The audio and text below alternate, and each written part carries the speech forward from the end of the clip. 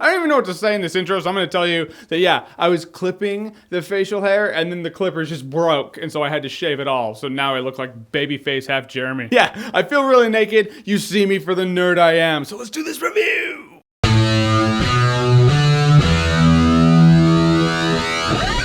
Neighbors 2 Sorority Rising. So Neighbors 2 is the sequel to the first Neighbors movie. In this movie, Seth Rogen and Rose Byrne's characters are selling their house. And I guess their house is in escrow, which pretty much means they have a buyer, but the buyer has 30 days to find a problem, and at any point he can be like, hey, I don't want to buy the house anymore. Right at that moment, a sorority headed up by Chloe Grace Moretz moves in right next door, and they're like, hey, we're gonna be the sorority that can party. I guess sororities aren't allowed to party, but they're like, screw that noise, you see that? We got an all-female Ghostbusters. We're gonna be the sorority that parties, girl power. So now they need to get the sorority out of there so they don't lose their buyer. All right, so first of all, Seth Rogen. Seth Rogen is still funny. Generally speaking, I find Seth Rogen funny, although Seth Rogen is always just Seth Rogen at this point, but hey, it works. But holy shit, can we talk about Zac Efron for a second? Zac Efron, this guy has comedic prowess. He continues to show that he's really, really good at comedy. The dude is just growing as an actor. I love seeing this guy. He's kind of a wild card in this whole thing, which is pretty much them finding a reason to bring Zac Efron back, but he totally works for the premise in here. And I actually found his story, or at least his life and this phase in his life, kind of touching. You know, all his friends have moved on, they found careers, and he's the one who's still kind of stuck in the past. So this situation gives him something to do. I kind of got where he was coming from. You know, as a man-child, it's not always easy to grow up, you know, even though you know you have to. So you just kind of stay put and you're like, nah, this is comfortable. I like it here. That's just a monologue. I'm not growing up anytime soon. Screw that noise. However, although this movie did bring the laughs, it didn't bring the laughs as much as the first Neighbors movie. It's kind of a bummer. You want a sequel to step it up. This one actually took a step back for a second. Not to say it's not funny. I'm just saying there were more irritating ass things in this movie. Like in the first Neighbors movie, I felt the fraternity and Seth Rogen just had a clash.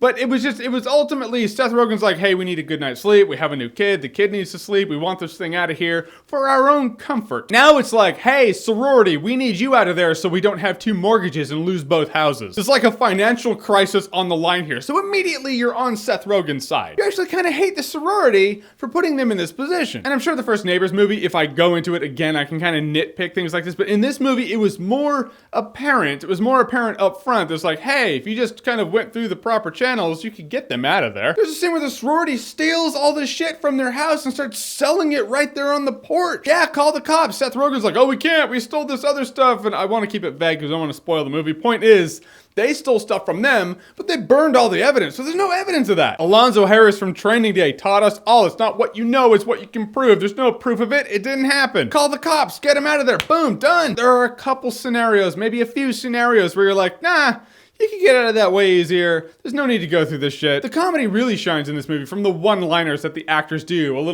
An off-the-cuff remark here, an off-the-cuff remark there. That's where it's great. Some of the situational circumstance is funny, but it's kind of unevenly paced in parts. But in the end, they pull it together and they give you a touching story about friendship once again that really kind of transcends all the shit that is glaring, and you kind of look past all the shit to see the good shit. It has chuckles. It's pretty much comedy sequel as you know most passable comedy sequels to be. First one I thought was great. Second one, not as good, but still funny. There is enjoyment here, and I will say Neighbors 2 Sorority Rising is a good time, no alcohol required. All right, guys, so Neighbors 2, have you seen it? What did you think about it? Or what's an example of a comedy sequel that's better than the first one? For some odd reason with a comedy, that's just harder to do. But whatever it is, whatever you think, comment below, let me know. And as always, if you like what you've seen here and you want to see more, click right here to see more.